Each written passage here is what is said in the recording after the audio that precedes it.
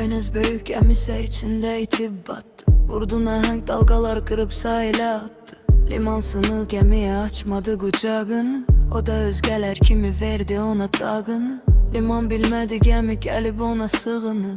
Bir vaxt denizde üzən, lap elə quş tek süzən gemi indi yorulub sahilden kömək yuvub. Hamı bildi geminin limana həsrətini.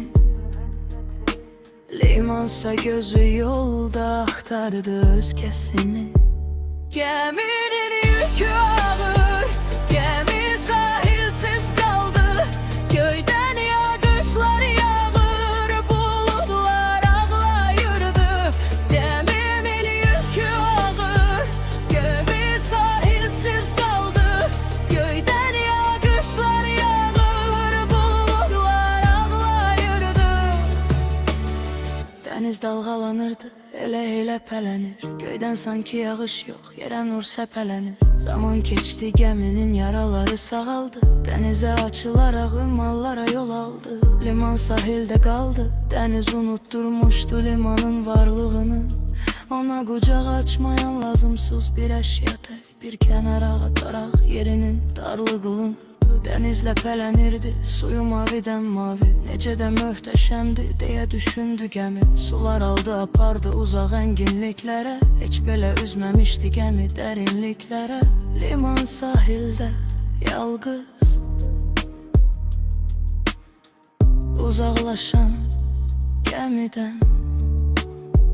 Geminin yükü ağır, gemi sahilsiz kaldı.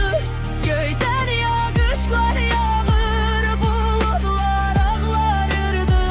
Geminin yükü ağır, gemi sahilsiz kaldı. Göyden yağışlar yağır, bulutlar ağlayırdı. Onda kalmadı bir iz, göyden yağış yağırdırırdı. Bu defa bulut değil, gemiden uzak düşen o liman ağlayırdı.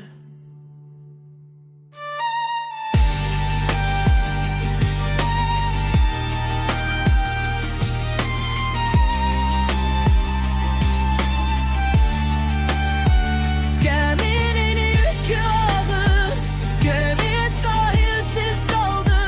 Göyden yağışlar yağır, bulutlar ağlayırdı. Gemiden uzak düşen o liman ağlayırdı.